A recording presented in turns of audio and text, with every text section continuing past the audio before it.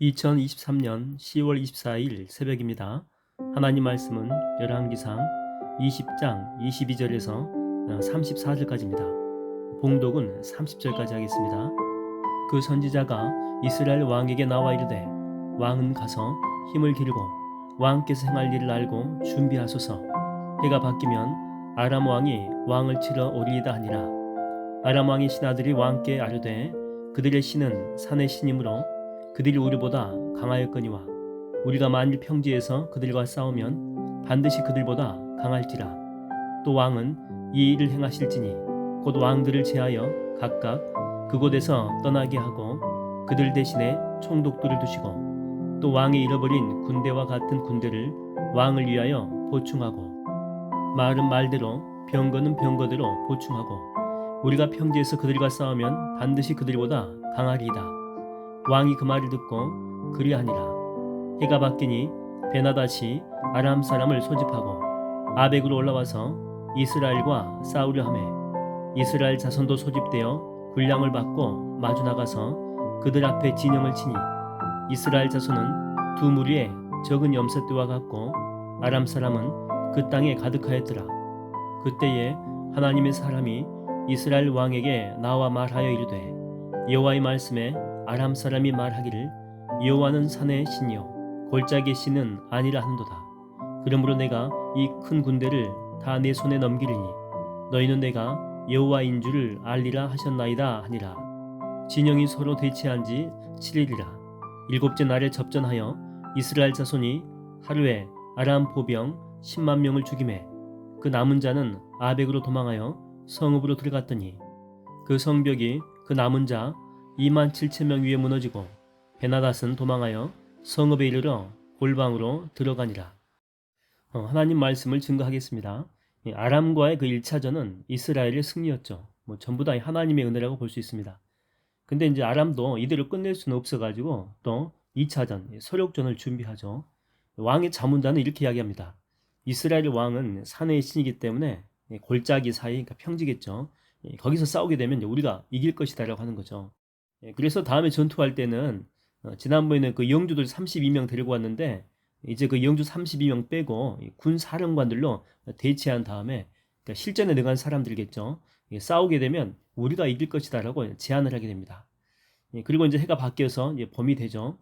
그래서 그 제안대로 이제 평지에서 전쟁을 하게 됩니다. 정확한 숫자는 나오지 않았지만 아람 국가는 평지에 충만하게 군대들이 이렇게 펼쳐져 있고 그에 반해서 이스라엘의 전력은 이렇게 표현합니다. 두 무리의 적은 염소떼에 불과하다. 그만큼 이번에도 이 전력상 엄청난 차이가 있었다고 하는 것입니다. 그런데 결과는 이스라엘이 이기죠. 결론은 보니까 직접 이 보병 10만 명을 죽입니다. 그리고 이제 패한 베나닷은 나머지 패잔명을 이끌고 아벡성으로 도망갑니다. 근데 엎친 데 덮친 격으로 아벡성이 무너져가지고 그 성벽이 무너져가지고 데리고 갔던 그 패잔병 2만 7천 명이 또 죽게 된다고 하는 거죠. 그러니까 거의 전멸에 가까운 완벽한 패배입니다. 이 전쟁에서 우리가 알게 되는 것은 무엇입니까? 1차 전쟁, 공의 이걸 통해서 알게 되는 것은 전쟁은 누구에게 속한 것이다? 그렇죠? 하나님에게 속한 것이다 라고 하는 것을 깨닫게 된다는 거죠. 그러니까 무기가 많느냐, 군대 숫자가 많느냐, 지략이 풍성하고 보급이 좋냐 이런 게 아니다라고 하는 것입니다. 전쟁의 승패는요 하나님이 누구 편에 서 있느냐 바로 여기에 따라서 결정이 된다라고 하는 것입니다. 저는 항상 하나님이 여러분 편에서 일하시게 되기를 주의 이름으로 축원드립니다. 여기서 우리가 이제 살펴볼 것은 아람 이 자문단의 말입니다. 그들이 했던 게 뭡니까? 하나님은 산의 신이라는 거죠. 산의 신. 평지의 신은 아니다. 왜 이렇게 이야기를 했냐면 아마도 이스라엘 백성들이 그 신의 산에서 율법을 받았지 않습니까? 그때 주로 하나님이 산에 임하셨잖아요. 산. 그리고 이제 주로 제사를 드리는 것도 산에서 드립니다. 산당이 많이 있었죠. 그리고 다윗의 시편도 이렇게 보게 되면 내가 산을 향하여 눈을 들리라. 여기서 산은 하나님을 상징하죠. 그래서 이 성경에서 산과 하나님은 뗄 수 없는 그런 관계로 보여진다라고 하는 것입니다. 그러다 보니까 하나님은 산의 신이다라는 이 고정관념이 그들을 사로잡았다라고 하는 거죠. 그러니까 주님을 그 산으로 제안하는 그런 모습이죠. 근데 가만히 우리 삶도 이렇게 보게 되면 우리도 이들처럼 주님을 제안할 때가 참 많이 있다라고 하는 것입니다. 하나님은 이런 분이다. 주님은 저런 분이다. 나름대로 하나님에 대한 정의가 있습니다. 내가 만난 하나님에 대한 그런 간증이라고 볼 수 있죠. 물론 맞습니다. 하나님이 나한테 그렇게 역사한 것은 맞긴 맞지만은요, 하나님은요 그게 전부가 아니다라고 하는 거죠. 어떤 분은 그래요. 금식하다가 하나님을 만났습니다. 그러다 보니까 다른 사람들한테도 금식의 하나님만 강조한다라고 하는 거죠. 문제 있어가지고 상담하러 갔거든요. 어쩔 때는 지성적인 도움을 요구할 때도 있잖아요. 어쩔 때는 그냥 위로를 받으려고 할 때도 있거든요. 근데 무조건 금식하라는 무조건. 여러분 그거 잘못 따라하면 죽습니다. 금식도 이렇게 하나님이 마음을 주실 때 해야지 그 능력이 나가고 이 사모함이 있을 때 해야지만이 하나님의 은혜가 임해요. 잘못하면 굶식이 돼요. 굶식. 몇 끼 채우겠다. 어떤 목적의식 가지고 채우면 끝이다. 이런 식으로 나갈 수가 있다고 하는 것입니다.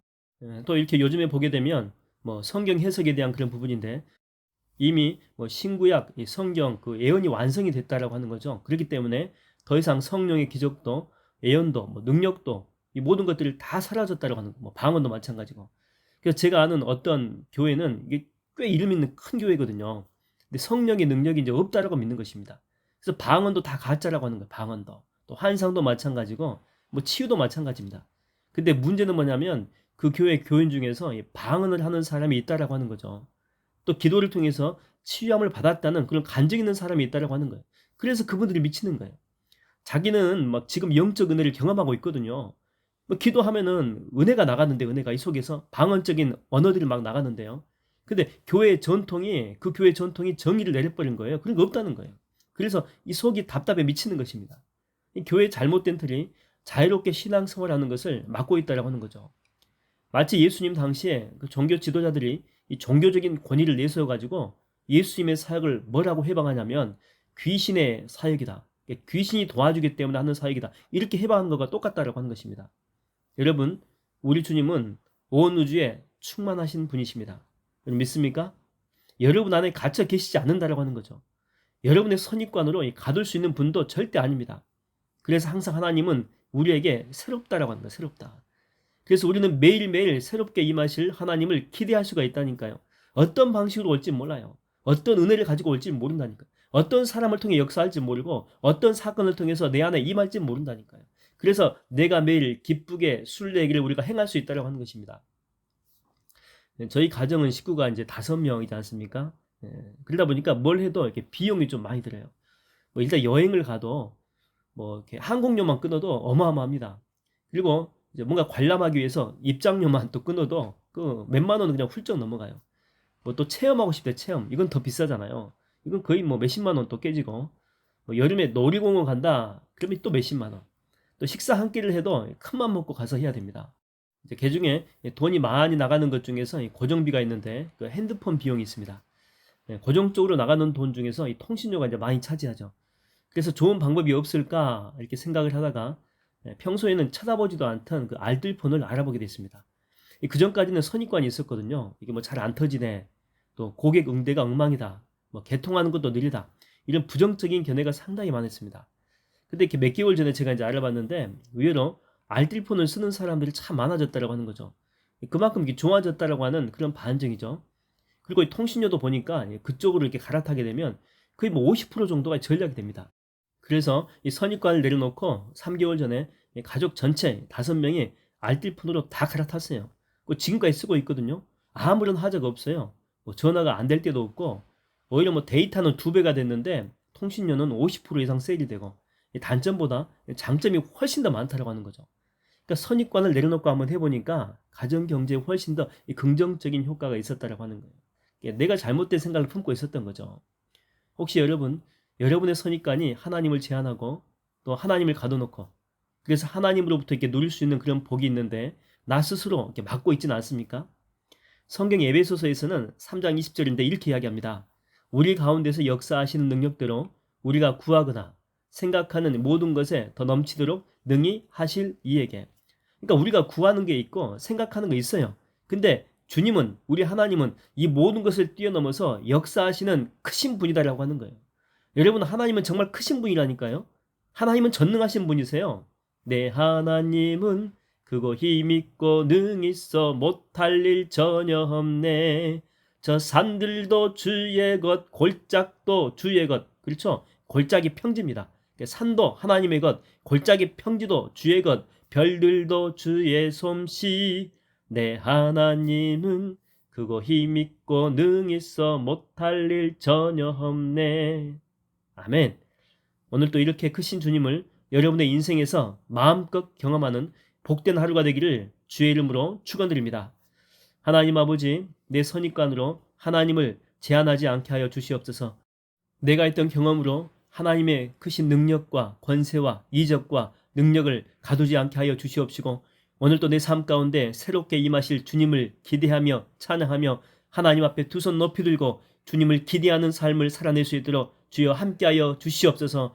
오늘도 하나님이 내 삶 가운데, 또한 내 가정 가운데, 내 공동체 가운데, 내 사업장 가운데 어떤 새롭고 크신 은혜를 주실지 주님 기대가 됩니다. 역사해 주시고 하나님의 은총 속에 깃드는 하루가 되게 인도하여 주시옵소서. 예수님의 이름으로 기도하옵나이다. 아멘.